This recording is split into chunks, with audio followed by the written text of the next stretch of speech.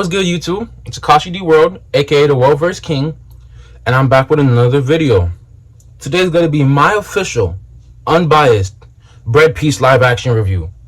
Now you're probably wondering, why I call it Bread Piece? And it's because it's that fucking simple. One Piece has all the bread. Simple. We have all the fucking bread. And with that being said, I feel like with enough bread, anything's possible. Anything except maybe making Chelsea win. Aside from making Chelsea win, anything's possible. And with 18 million per episode, One Piece is the first anime to actually make a good live action. So I'm going to give my official review, but I'm going to split it between two parts, characters and plot, so that you can kind of understand how I feel about those two aspects separately. And then I'm going to come together at the end to just give a general review. So let's start with the characters. Number one, Zoro. Zoro is him. In the anime, in the manga, and now in the live action, Zoro is him. Truthfully, honestly, I feel like that character is just so perfect, you just can't fuck it up ever. I get a lot of pre-time skip vibes when I watch that Zoro, and that's a good thing, because there's a mixture of comedy and seriousness. If you're a One Piece fan, then you know that after pre-time skip, it kind of changes a little bit. It gets way more serious. Zoro's way more serious. There's a lot less of those comedic moments that you're gonna get from him. But for the live action, for sure, I get those vibes. There's a good balance between, being serious and let's crack jokes as Straw Hats. I love him. The voice, these mannerisms, the loner vibes, everything for real that Zoro stands for, he encompassed. And I'm proud of him. He gets all my props. Zoro is him. Zoro is the best Straw Hat to me in the live action, in the anime, and in the manga. And Zoro, the character, Zoro did it. For sure. Now, Luffy the captain. No bias shit, Luffy's still growing on me.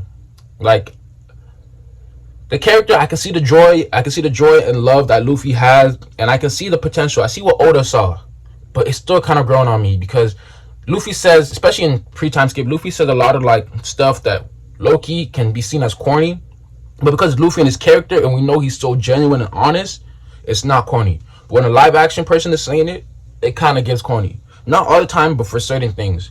Like when he's shouting and he's saying things like, "Oh, you are my friend," stuff like that. It's it doesn't give you the same impact as it did in the anime. And I don't know if that's because the actor, I don't want to blame him, but all I can say is that Luffy is still growing on me. Now his fighting ability, the fact that he was nerfed, I wouldn't say that I didn't like it, but I also didn't like the fact that Luffy was so weak. But when I saw how the live action was doing it, and how basically for the most part all the Straw Hats were nerfed, then I let it slide.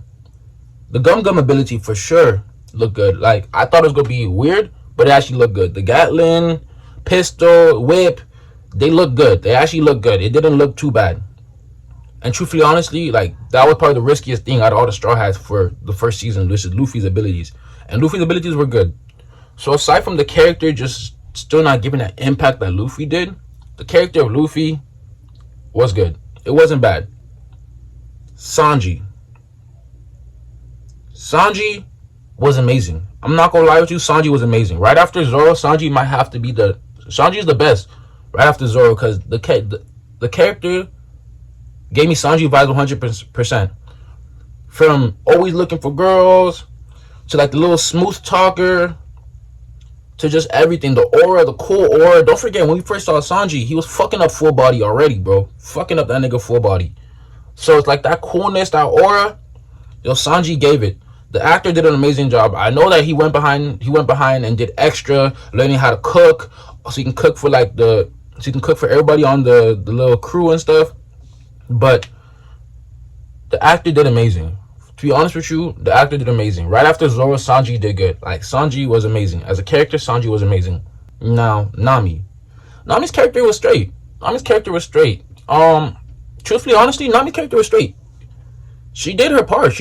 I got Nami vibes. I got the little, because in the beginning, don't forget, Nami, with everything that happened with the fishmen, Nami was a crew member. But at the same time, she low-key wasn't a crew member. So she couldn't really trust them for real. And you get all of that if you watch the live action. You get all those type of conflicts that she's going in, internal conflicts that she's going through. You get all of that. especially in the Arlong scene with everything, when you see her emotions, you get all of that. The actor did good. The actor did good for Nami. Just not as good as Zoro and Sanji, but for sure, Nami, the actor did good for Nami, so she gets credit for there. Usopp. Usopp, right after Zoro and Sanji, Usopp is third. I want no Usopp insults. Usopp is underrated. Usopp is underrated. If you look at Usopp as a character, the actor did everything. Usopp was funny. Usopp was cool. Like Usopp was cool as hell. Maybe because it was a black nigga that did it, but I don't know. Usopp was cool as hell. Like, yo, Usopp was cool, bro. It was cool as hell. Like, I loved watching Usopp. Like, it was amazing, bro. Like, Usopp was cool. And if you think about the fact that everybody got nerfed, you can't even blame him for being weak. Like, he was dog shit, low key, but it's like, yo, everybody gets nerfed. Usopp already is damn near almost the weakest. Like, he's the most human. He's the most human Straw Hat, to be honest with you. So, Usopp being weak, Usopp being nerfed, like, it's like, it wasn't a surprise. Usopp being weak as shit, it wasn't a surprise. And so that's fine. Like, I'll never really take away from Usopp's character because he's weak. Because he's never really been an overpowered strong person. But Usopp was fire. Everything he said, like all the little slick things he said, all those stories in the back, dancing, being the life of the party, always trying to bring joy. Like, especially even when Mihawk came, Usopp, how he saw his face, that's exactly what Usopp would have done. Like, he would have shut the fuck up and locked in, like, oh, damn, who's that? Like, automatically, like, that type of thing, like, those are all Usopp mannerisms. If you know Usopp will non-stop fucking, like, keep talking. But once a strong person pops up, changes, locks in, he's like, damn, I'm not trying to see him. That's exactly how Usopp is. So, all the mannerisms, for sure, Usopp got. When it comes to the Straw Hats, they did pretty good. They did pretty good for the Straw Hats. For the first season live action, first time, like, these are first time, like, these actors are ever, like, performing these roles. And there's a lot of pressure on them. The fan base, everything, there's a lot of pressure on them. There's a lot of pressure. Because One Piece is the best. You can't fuck it up. And they did good. Honestly, they did good. The Straw Hats did good. The side characters and stuff were amazing as well. Don't get it twisted. The side characters were amazing. Mihawk, oh my god. Yo, Mihawk is fucking perfection. Mihawk is him. You can't fuck up Mihawk because he will always be him. Everybody got nerfed damn near, and Mihawk didn't. That's how you know that he's him, bro. He didn't get nerfed. Like, he's still out here looking amazing. Like, talking to Garp, fucking niggas up mid-conversation. Like, yo, Mihawk is cool as hell. Buggy, yo, they made Buggy cool. They made Buggy look lit. Like, actually, like, he looked scary for a second. And we know he's a bitch 100%, but, like, yo, he looked scary. Like, he actually looked scary. When he was sitting down in that chair with one leg up, yo, he actually looked menacing. And that's, like, I feel like if it's going to be a clown in real life, you got to do something like that. It got to be on some Pennywise shit because it's like, yo, it's a clown. Real talk, a clown pirate and he's a bitch. It's like, if you make him look like a loser, it's just not going to hit the same because, like, it's real life. If I'm just a regular on the sea, like basic Kobe, oh my god, and I saw Buggy, yo, I'd be scared. No, that's a real ass clown. Like, niggas really ass, like, real ass killing people and forcing them to, like, laugh and shit. Like, shit is crazy to me. But they did good with Buggy. Garp, Garp was straight. I don't know. I feel like the Garp edition, like, there's so much Garp, like, that they put in. I'm still kind of, like, trying to think, do I really like it? But, I mean, it wasn't bad. It wasn't bad. For sure, it wasn't bad. Garp was straight. The side characters did pretty good. Like, the side characters did good. Alvida was okay. Makino, Shanks was straight. Ben Beckman, I don't know. I didn't really fuck with Ben Beckman's design too much. I'm not gonna lie with you. I don't think I really fuck with Ben Beckman's design. Lucky Roo was straight. Yasop was straight. Like, I really forget that, like, some of these characters, like, real deal, like, black. Like, when you really look at, like, how, like, the art was back then, it's like, it was just, like, Oda used to, like, low-key finesse with black people and just, like, do some basic shading. And sometimes, so you wouldn't even peep it for real. But, yo, these characters are really, like, black.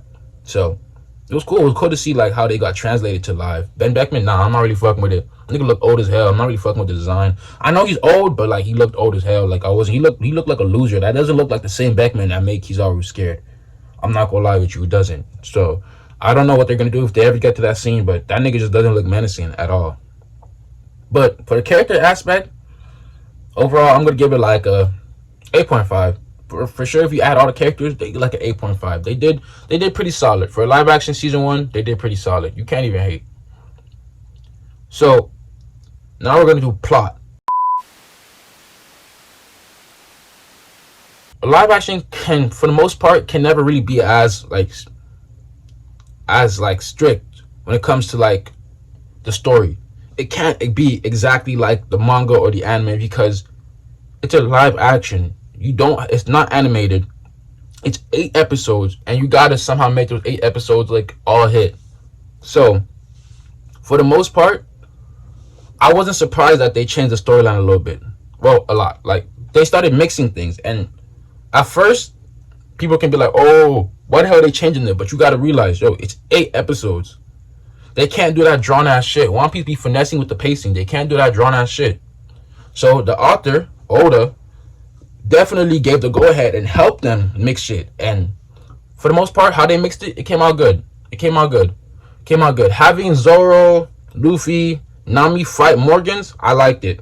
I liked it. I liked it a lot because it gave Nami like a lot more credit than she had before. Having them work as a team was fire. Then showing something like Zoro fighting Mistress Seven when they talked about it in the anime, but they never showed it. That was fire too, real fire. Then we have Arlong pulling up with the fucking 808s to fucking Baratier. Those type of things, like they kind of changed, like they changed what I already knew, and it gave me like a fresh new like batch of excitement because I wasn't expecting it. I wasn't expecting it at all. Yo, Arlong put up crazy with the 808s, bro. Crazy with the 808s, trying to fuck shit up already. Talking crazy to the humans and shit. And that's some Arlong shit. But just him coming to Baratier, even like engaging with Zeph, you would have never thought about that. And it was hard.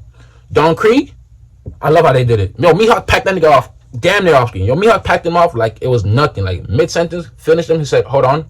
Kill that nigga and then be like, oh, okay. Now what you say? Like, yo, Mihawk, well, fucking up Don Krieg. Like, yo, the plot did good. The storyline for sure was good. I'm not gonna lie with you. There were some small bits here, like with Luffy, like having to be so weak that he had to admit that he can't beat Arlong. That threw me off because, yo, it's really like East Blue Luffy was, for the most part, like he wasn't really like, there was never really a time he was on 1 HP blinking. Nah, maybe Don Krieg, yo, because Don Krieg really stabbed him, but for the most part, yo, he was still standing. He was getting hit with all types of poison and shit, but he was standing. So, for the most part, only log towns. So, with Luffy actually admitting that he can't beat Arlong, I don't know. That wasn't it. But the mixture of the plot, storyline for sure, how everything went together, yo, it was good. It was a good transition. That's how I know Oda was there. Because anybody else would have fucked it up. It was a great transition. I enjoyed it. Truthfully, honestly, all the new things really made me feel like I'm watching One Piece for the first time again. There was like, I got emotion. I got the emotional strings from all types of both. Zoro, when he lost to Mihawk and he was really crying, like truthfully, honestly, those scenes, they know they have to keep because they're just too impactful. And as long as you keep the most impactful scenes, then for sure, you're going to give the same type of effect. I truthfully enjoyed it. The plot was beautiful. I'm not trying to spoil too much, so I'm not going to talk about everything that happened in the plot, but for sure, the plot was beautiful. I enjoyed it. The plot for sure gets a 9 out of 10. Because you have to factor in, it's a live action. So with the live action tax, yo, it gets a 9 out of 10. So, with the 8.5 for characters and a 9 out of 10 for plot together, I'm going to give the One Piece live action, truthfully, honestly, a 9. Now, you have to factor in the live action tax. Every other live action is dog shit. Dog shit. So, One Piece being a 9 out of 10 is not bad because they truthfully, honestly, they nailed it for the most part. You got to give it a chance. 9 out of 10 unbiased, I promise you. Like, it's actually a great story. It's actually a great story. Don't forget, I did say some of the moments where Luffy is talking are like low-key corny. Other than that, though, they nailed it. 9 out of 10. 9 out of 10 for the One Piece live action. Like, if anybody can do it, it's One Piece. Bread piece. 18 million per episode. Shh, we got the fucking bread. Yo, we can do this. I mean, yo. So, with that being said, I hope you enjoyed the video. Give the live action a chance. My official review for the live action, my official rating is a 9 out of 10. And I hope you come back for the next video. Look forward to it.